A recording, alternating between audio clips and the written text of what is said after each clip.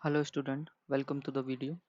तो हमने last lecture में पढ़ा था कि व्हाट सेट इज। हमने सेट की डेफिनेशन देखी थी। डेफिनेशन ऑफ सेट देखा था हमने। वो क्या था कि set is a well defined collection of objects. ठीक है। और मैंने कुछ एग्जांपल्स भी दिए थे like natural numbers and alphabets. Okay. Now in this video हम कुछ नोटेशंस के बारे में सीखेंगे सेट्स के, और हम देखेंगे exam of. This is our main motive of this video, extension. Okay, so this is the main motive of our video. So हम नोटेशन से स्टार्ट करते हैं। पहले हम कुछ चीजें समझेंगे। ठीक है। हेयर हम एक सेट लेते हैं, ए नेचुरल नंबर का ही ले लेते हैं। ठीक है। सो ये जो अंदर 1 2 3 4 है, these are called elements. Elements of what? Elements of A. A is what? Our set name. ठीक है। तो elements of the set, these are called elements of the set.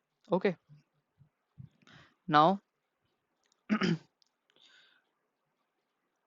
यदि कोई एलिमेंट सेट के अंदर है तो हम उसको मैथमेटिकली कैसे लिखते हैं वो देखते हैं हम। ठीक है।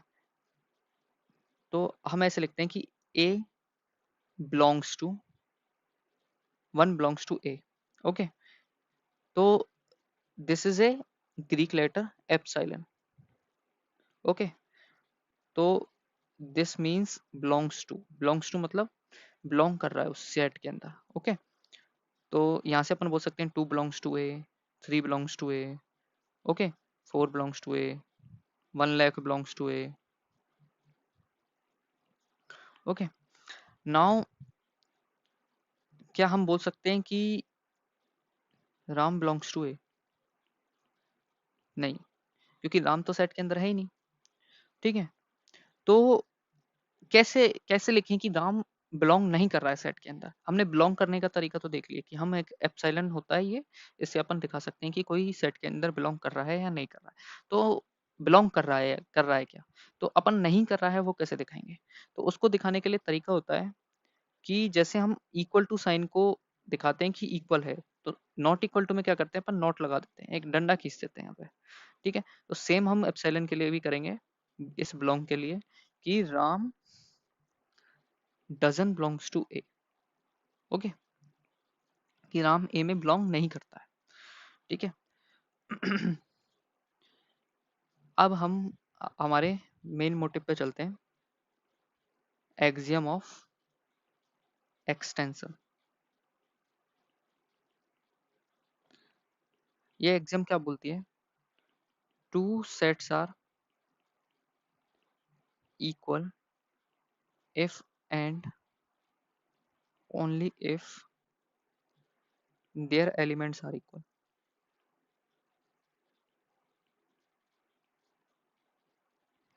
ठीक है। तो इसका मतलब क्या हुआ कि दो सेट्स इक्वल तभी होते हैं जब उनके एलिमेंट्स इक्वल होते हैं। तो ये हमारी एक्सियम है, एक्सियम ऑफ एक्सटेंशन बोलते हैं इसको। ठीक है। कि दो सेट्स तभी इक्वल होते हैं जब उनके एलिमेंट्स इक्वल होते हैं। अब ये इफ एंड ओनली इफ का मतलब क्या होता है? इफ एंड ओनली इफ का मतलब होता है कि यदि टू सेट्स इक्वल हैं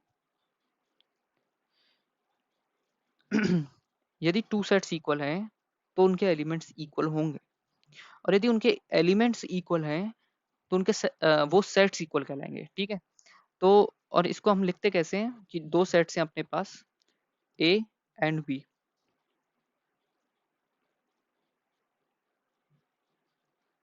ए एंड बी।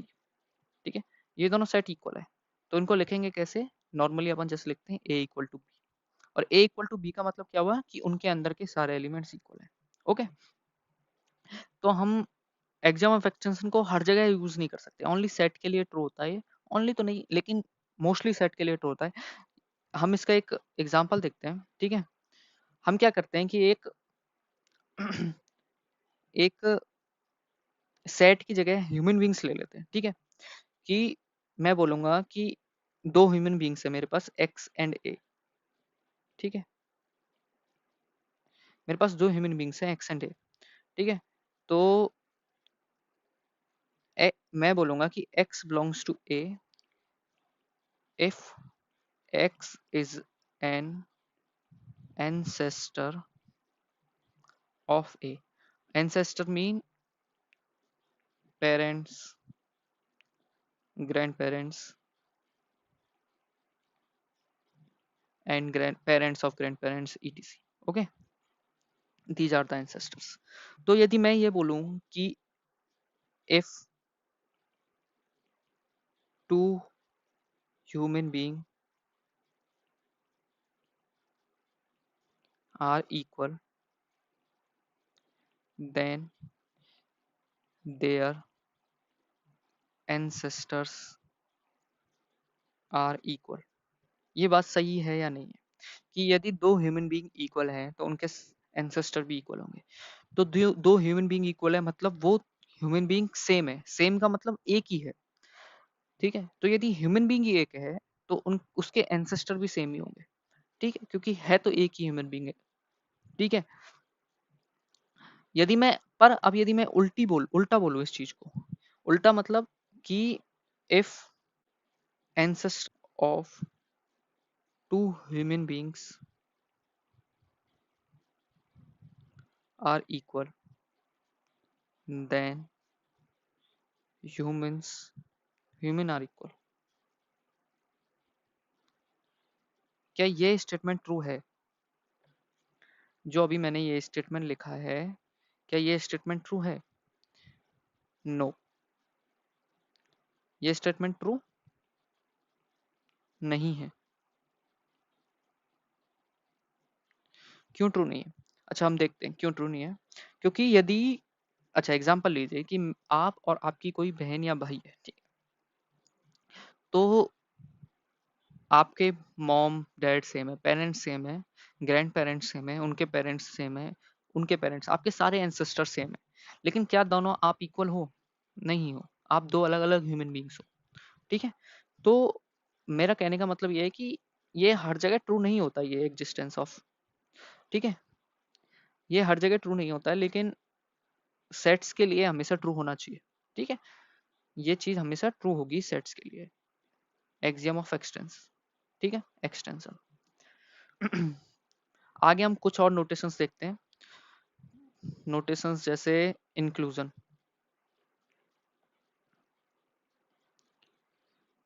अब इंक्लूजन क्या बोलता है? इंक्लूजन का मतलब क्या होता है? इंक्लूजन का मतलब है कि this is the sign of inclusion. A include हो रहा है बी के अंदर, ए बी के अंदर है, इसके कहने का मतलब ये है। तो इसका मतलब क्या है कि अपन बोलेंगे कैसे, A is subset of B, okay, कि ए बी का सबसेट है। अब सबसेट का मतलब क्या होता है? सबसेट का मतलब होता है कि यदि कोई एलिमेंट ए के अंदर है तो वो बी के अंदर भी होगा। इसको हम एक एग्जांपल से समझते हैं।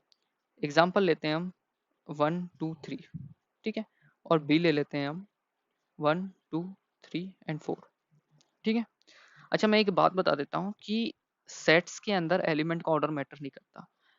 ये सेम है 2 3 1 के, ये सेम है 3 2 1 के, ठीक है। एलिमेंट्स का ऑर्डर ऑर्डर में मैटर नहीं करता है।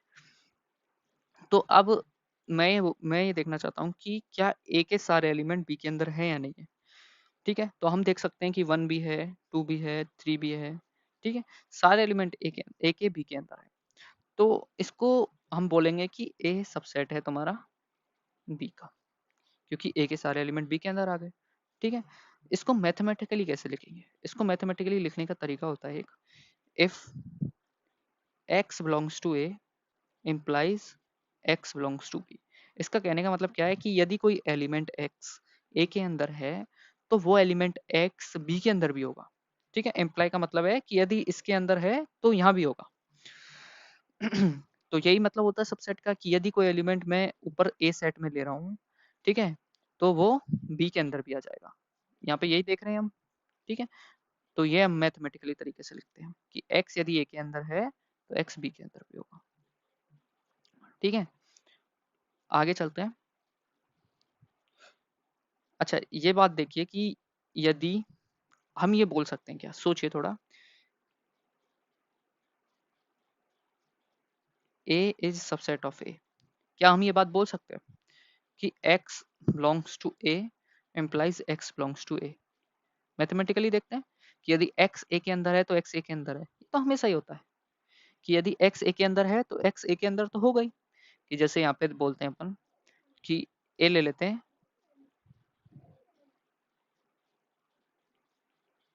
1 2 3, तो 1 a के अंदर है तो 1 a के अंदर है ही है।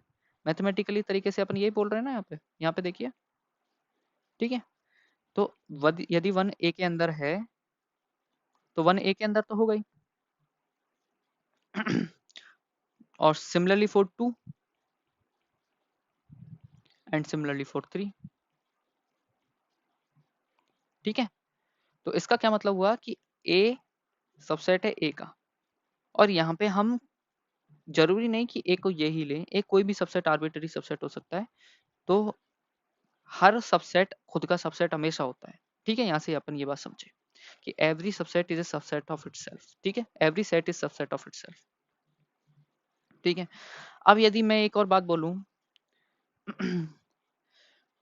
कि यदि a b का सबसेट है तो क्या ये इंप्लाई करेगा b a का सबसेट होगा? नो। क्यों नहीं करेगा? क्योंकि अपन यहाँ पे इस एग्जांपल में देख सकते हैं कि यहाँ पे 1 इसके अंदर था, 2 इसके अंदर था, 3 इसके अंदर था, तो a तो सबसेट हो गया b का। लेकिन क्या b सबसेट होगा a का? नहीं होगा, क्योंकि in the above example we can see that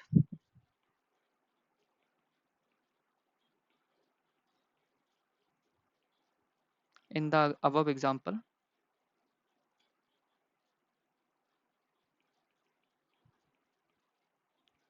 we can see that 4 b के अंदर है बट 4 a के अंदर नहीं है। यहाँ पे देखिए दोबारा कि 4 b के अंदर है, लेकिन क्या a के अंदर है 4? नहीं है। तो यहाँ पे अपन क्या बोलेंगे कि b is not a subset of a, ठीक है। अच्छा, एक और चीज देखते हैं यहाँ पे इम्पोर्टेंट, कि if a is subset of b and b is subset of a, कि यदि a b का सबसेट है और b a का सबसेट है, तो हम क्या बोल सकते हैं इससे हम क्या बोल सकते हैं? अच्छा, इसका मतलब क्या होगा? फर्स्ट क्या इंप्लाई कर रहा है कि x belongs to a implies x belongs to b, यदि x a के अंदर है तो x b के अंदर भी होगा। सेकंड चीज क्या इंप्लाई कर रही है कि x यदि b के अंदर है तो x a के अंदर भी होगा, ठीक है। यहाँ से अपन ये इंप्लाई कर सकते हैं और यहाँ से ये इंप्लाई कर सकते हैं। तो हम ये देख रहे हैं कि यदि a के एलिमेंट b के अंदर हैं और b के सारे एलिमेंट a के अंदर हैं, तो दोनों के एलिमेंट सेम नहीं हो गए क्या? तो हम ये बोल सकते हैं कि both sets have same elements, और हमारी एक्सियम ऑफ एक्सटेंशन क्या बोलती है कि यदि किन्हीं दो सेट्स के पास सेम एलिमेंट हैं तो वो सेट क्या होते हैं? इक्वल होते हैं। तो यहाँ से अपन क्या बोलेंगे कि A is equal to B।